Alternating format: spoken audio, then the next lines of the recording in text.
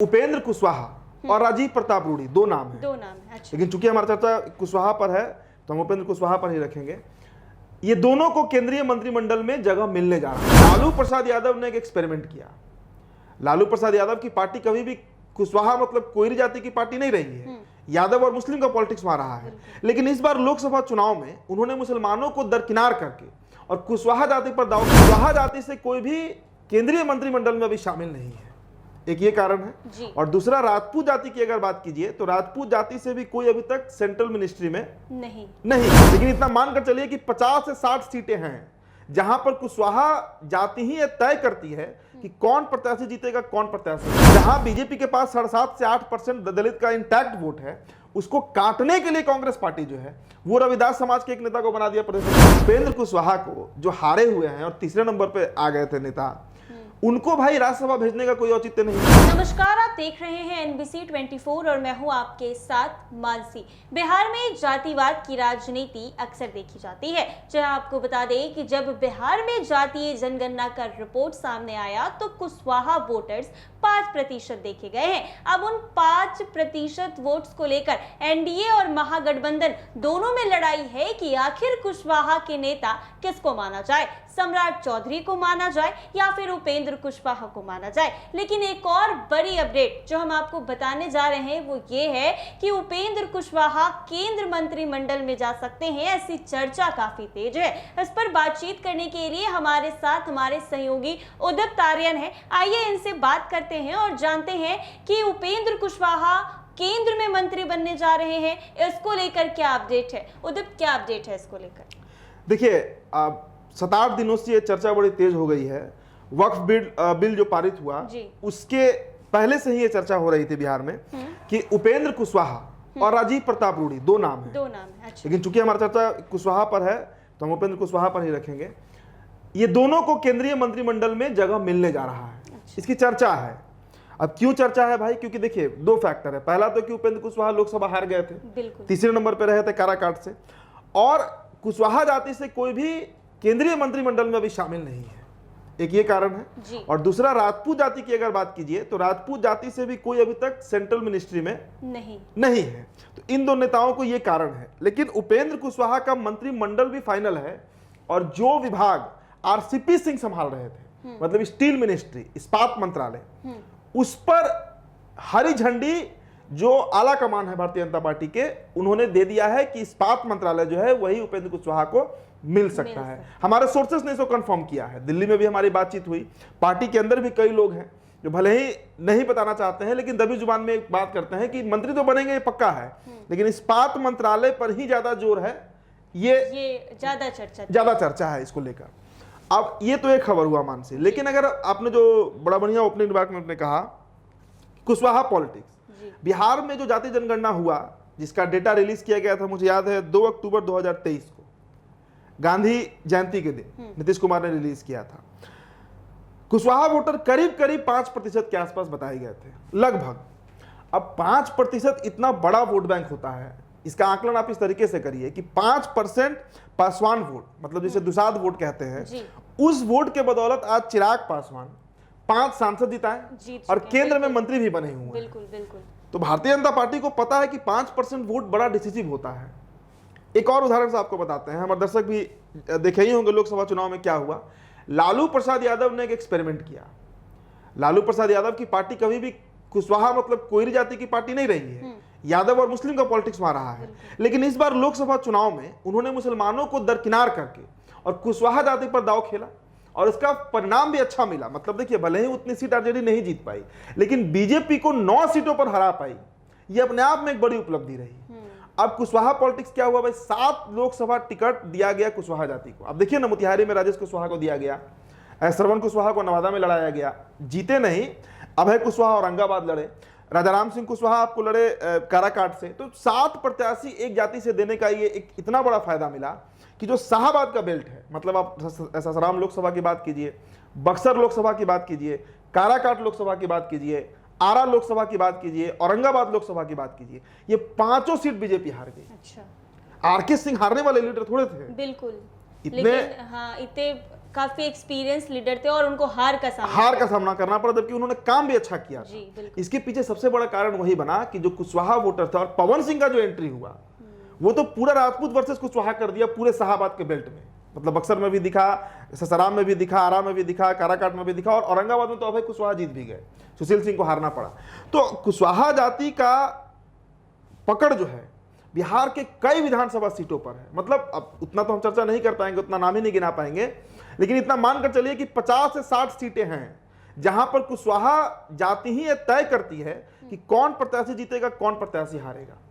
अब देखिए ना, डेहरी विधानसभा देख लीजिए, काराकाट विधानसभा देखिए, नासरीगंज देखिए, कराहगढ़ देखिए, कोचस देखिए, डुमराव देख लीजिए, बहुत विधानसभा है।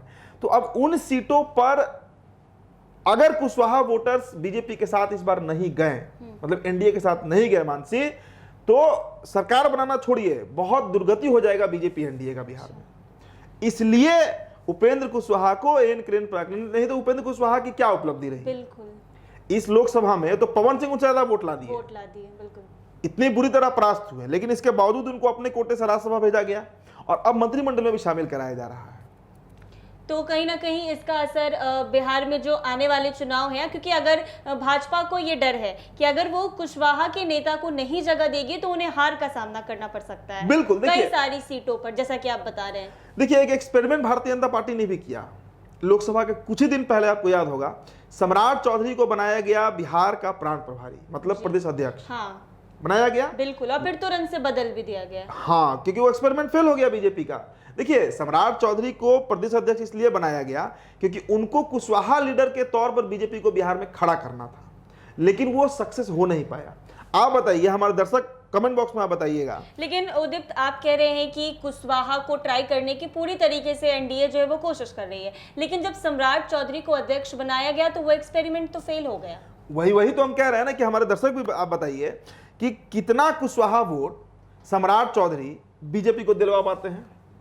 कोई विधानसभा, उनका तारापुर छोड़ दीजिए, मुंगेर का जो उनका मतलब अपना क्षेत्र है उसको छोड़ दीजिए, इसके अलावा पूरे बिहार में कुशवाहा जाति में कितनी एक्सेप्टेबिलिटी है सम्राट चौधरी की। आज भी कुशवाहा जाति का सर्वमान नेता, मतलब एक ऐसा नेता जिसको सभी कुशवाहा अपने नेता मानते हैं, कोयरी मानते हैं, वो उपेंद्र कुशवाहा ही है।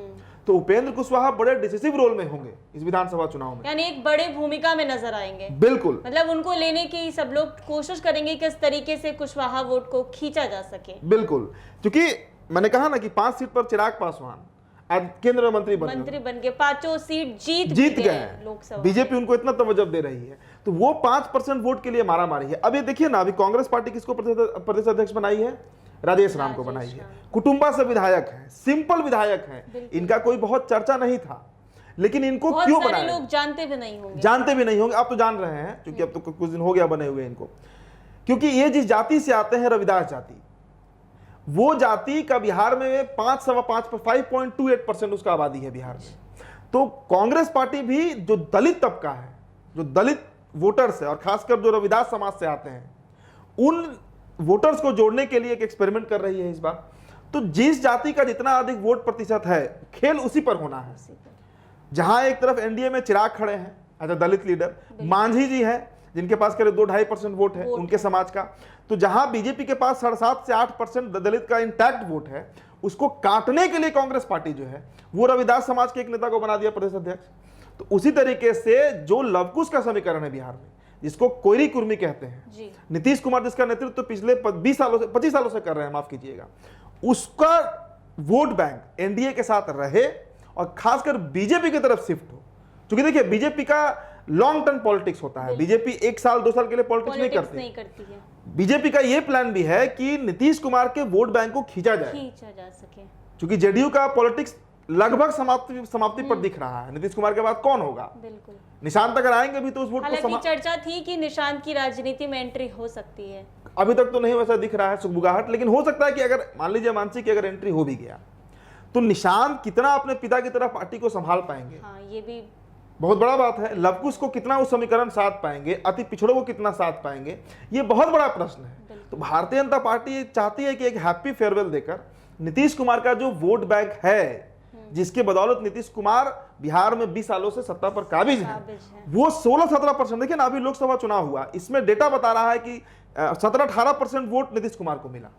तो मतलब नीतीश कुमार कहते हैं ना कि मरलो हाथी 1.25 लाख में बिकता है। बिल्कुल, हाँ। वो कहावत है मतलब ना? लोग पीछे में कुछ भी कह ले, लेकिन वोट जाकर देना हो तो नीतीश कुमार के पास क्योंकि है वो वोट बैंक। दूसरा कोई ऑप्शन भी नहीं है लोगों के पास। बिल्कुल, तो वो जो वोट बैंक है नीतीश के पास 17-18% का, जो अति पिछड़ा कहिए, ईबीसी कहिए, एक्सट्रीमली बैकवर्ड क्लास, वो वोट बैंक बना रहे, उसको साधे रखे, वो बीजेपी अपने साथ खींचना चाह रही है। और इसीलिए वो कुशवाहा का एक लीडर सम्राट को बनाना चाह रही थी, सम्राट चौधरी को, लेकिन चूंकि वो फेल हुआ तो अब वापस उपेंद्र कुशवाहा कहते हैं ना कि शरणम गच्छामि, बिल्कुल वो अब दोबारा जो है उसी ट्रैक पर, मतलब उसी ट्रैक पर बीजेपी आगे बढ़ रही है। और जब एक सवाल आपसे और होगा कि जिस तरीके से आप बता रहे हैं कि जातिवाद करके कुशवाहा को खींचने की तैयारी चल रही है और केंद्र में भेजा जाएगा, तो वाकई बिहार में देखा जाए तो जातिवाद पर ही राजनीति आज तक होती आई है। देखिए, जाति है कि जाति नहीं, बिहार में कास्ट एक ऐसा फैक्टर है मानसी जो जा ही नहीं सकता है। यहाँ कितना मतलब लोग कितने भी पढ़े लिखे हो जाए लेकिन जाति के आधार पर वोट करना नहीं छोड़ेंगे। मैं कई प्रोफेसर्स को जानता हूं, अब क्या बताऊं, एनडीआरआई के डायरेक्टर से मेरी बातचीत हो रही थी, वो किस जाति के हैं मैं नहीं बताऊंगा। अब एनडीआरआई के डायरेक्टर हैं, बड़े बड़े प्रोफेसर, शिक्षाविद, लेक्चरर, आईएएस का लॉबी आप पकड़ लीजिए, ब्यूरोक्रेट्स का लॉबी पकड़ लीजिए, सभी जगहों पर जो मेरा अपना ऑब्जर्वेशन है, शिक्षित और अशिक्षित का यहां मामला नहीं है, वोट लास्ट में जाति पर ही पड़ता है। चाहे कुछ ये अकाट सत्य है बिहार का, जिसको कोई काट नहीं सकता है। तो नेता भी ये बात जानते हैं। देखिए, कास्टिज्म सब जगह है, पूरे हिंदी पट्टी में है, दक्षिण भारत में भी है, लेकिन उस स्तर पे नहीं है जैसे बिहार में है। बिल्कुल, जयपुर में भी है, राजस्थान में भी है, मध्य प्रदेश में भी है, उत्तर प्रदेश में भी है, लेकिन जिस तरह कास्टिज्म बिहार में है और खासकर पॉलिटिक्स में, उस तरह का कास्टिज्म पूरे देश में कहीं नहीं है। उदित, जिस तरीके से आपने बताया कि उपेंद्र कुशवाहा को केंद्र भेजने की तैयारी चल रही है मंत्रिमंडल में, तो इसका अच्छा खासा असर बिहार विधानसभा के चुनाव में देखने को मिल सकता है। देखिए, उसी पर्पस से किया ही जा रहा है। नहीं तो आप हमको बताइए मानसी कि उपेंद्र कुशवाहा को जो हारे हुए हैं और तीसरे नंबर पे आ गए थे नेता, उनको भाई राज्यसभा भेजने का कोई औचित्य नहीं था, और राज्यसभा भेजा तो भेजा, मंत्रिमंडल में शामिल कराने का तो कहीं से कोई मतलब नहीं था। अब याद कीजिए ना, 2014 में यही उपेंद्र कुशवाहा काराकाट जीते थे और 19 में बगावत करके ये केंद्रीय मंत्रिमंडल से इस्तीफा दे दिए और चले गए महागठबंधन के साथ। जब शाहीन बाग वाला प्रकरण चल रहा था सीएनआरसी का, तो खूब जहर भी उगल रहे थे बीजेपी के खिलाफ, लेकिन उन सब बातों को भूलकर बीजेपी आज क्यों इनको एक्सेप्ट कर रही है? क्योंकि इनके पास वो वोट बैंक है। 2020 का विधानसभा चुनाव आप याद कीजिए, कई सीटों का मैं आंकड़ा दे सकता हूं। मोहनिया से आरएलएसपी के प्रत्याशी लड़े थे, मोहनिया विधानसभा 38,000 वोट आया था। बक्सर से लड़े थे आरएलएसपी के प्रत्याशी, 30,000 वोट आया था। ऐसे दर्जनों विधानसभा है जहां से उपेंद्र कुशवाहा के नाम पर 25,000, 30,000, 40,000 वोट आया था, जबकि वो ना महागठबंधन में था ना एनडीए में थे। तो जो नेता अगर 25-50 सीट पर अपने हर विधानसभा में 25-30,000 वोट ला सकता है, उसका तो महत्व है।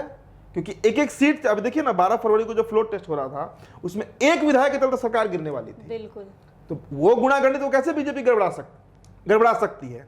तो भारतीय जनता पार्टी उपेंद्र कुशवाहा को एन क्रेन प्राक्रेन लेगी ही लेगी, और साथ में चुनाव भी लड़ेगी, मन मुताबिक सीटें भी देगी। मतलब भाजपा फुल ऑन तैयारी में है कि कहीं से भी किसी भी तरीके से कोई भी गलती करके चूक ना हो जाए और विधानसभा चुनाव में अच्छे तरीके से बहुमत से अपना जीत ला सके। बिल्कुल बिल्कुल बिल्कुल। तो ऐसे में बिहार में विधानसभा का चुनाव होना है, और जब जातीय जनगणना की रिपोर्ट सामने आई थी तो देखा यह गया था कि जातीय जनगणना की रिपोर्ट में कुशवाहा वोट बैंक 5% के हैं। हालांकि बिहार में कुशवाहा नेता किसको माना जाए, इसके एक्सपेरिमेंट बीजेपी कर रही है। सम्राट चौधरी पर भी एक्सपेरिमेंट किया गया, हालांकि वो एक्सपेरिमेंट फेल हो गया, लेकिन अब उपेंद्र कुशवाहा पर एक्सपेरिमेंट करने की तैयारी में है बीजेपी। और चर्चा ये तेज है कि उपेंद्र कुशवाहा को केंद्र मंत्रिमंडल में जगह मिल सकती है। हालांकि इस बात पर मुहर नहीं लगी है, ये बात सिर्फ चर्चा में है, लेकिन देखना यह है कि इस चर्चा में कितनी सही है और इसमें कब मुहर लगती है और कब